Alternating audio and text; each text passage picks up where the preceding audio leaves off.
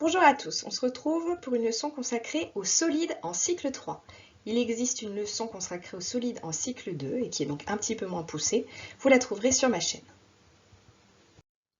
Tout d'abord, qu'est-ce qu'un solide? Eh bien, un solide, c'est une figure géométrique qui n'est pas plate. C'est une figure plane. On dit qu'elle a 3 dimensions, et ces 3 dimensions sont la hauteur, la largeur et la longueur. Ici, nous avons simplement largeur et longueur, il n'y a pas de hauteur, donc ce n'est pas une figure en 3 dimensions, c'est un carré.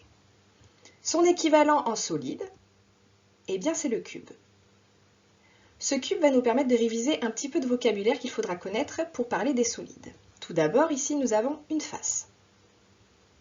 Dans le coin, ici, nous avons un sommet. Et ce sommet, c'est l'intersection entre deux arêtes.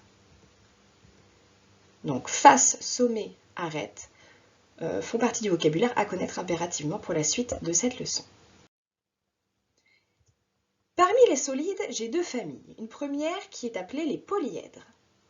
Qu'est-ce qu'un polyèdre? Eh bien, c'est un solide dont les faces sont des polygones. On reviendra sur cette notion de polygone, mais sinon, vous avez une leçon entièrement consacrée aux polygones sur la chaîne. Ces polyèdres, c'est par exemple un cube ou le pavé droit.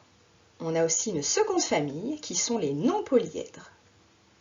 Les non-polyèdres, ce sont les solides dont la base est arrondie et les faces courbes, comme le cylindre, la sphère ou la boule, et le cône.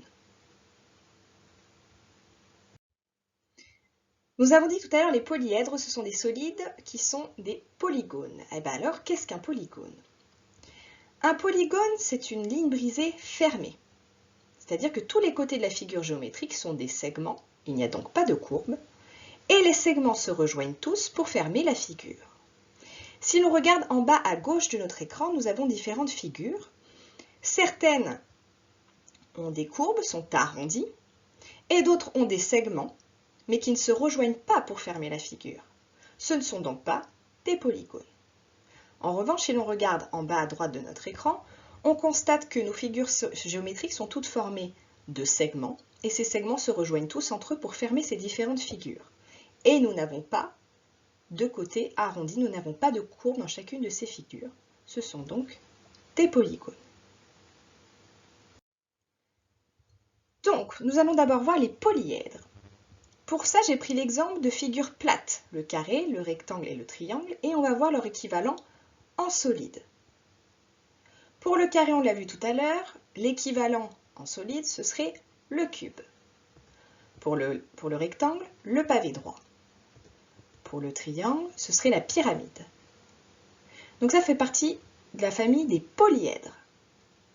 Pour les non-polyèdres, nous avons le rond, qui a pour équivalent en solide la boule ou la sphère. Les deux dénominations seront justes et vous risquez de trouver les deux dans les manuels ou dans les différents exercices que je vous donnerai. On a aussi le cylindre ou encore le cône. Ces différentes figures font partie des bases des solides, donc elles doivent être impérativement connues. Ensuite, on va regarder les solides de plus près. Ici, je vous ai pris l'exemple de la pyramide, mais je vous demanderai de faire la même chose avec les autres solides que l'on aura vus précédemment. Nous avons la carte d'identité de la pyramide. Et pour remplir cette carte d'identité, j'ai besoin de connaître le nom. Donc, on l'a dit, c'est la pyramide. Le nombre de faces de ce solide. Donc ici, j'ai 5 faces. Et en plus de donner le nombre de faces, je vais avoir besoin que vous me disiez la forme de ces différentes faces. Donc pour la pyramide, j'ai 5 faces, 4 faces triangulaires et une face carrée, celle qui est dessous, et qui est appelée la base. On retrouve notre vocabulaire, le sommet. Ici, j'ai 5 sommets pour la pyramide. Et le nombre d'arêtes, ici, j'ai 8 arêtes. Maintenant, on va parler de la notion de patron. Qu'est-ce qu'un patron? Eh bien, un patron, c'est une figure plane, donc toute plate, qui par pliage permet d'obtenir un solide. Pour construire le patron d'un solide, on s'imagine que l'on déplie ce solide ou que l'on met à plat. A l'inverse, pour reconstituer un solide à partir d'un patron, il suffit de replier le patron en suivant les arêtes.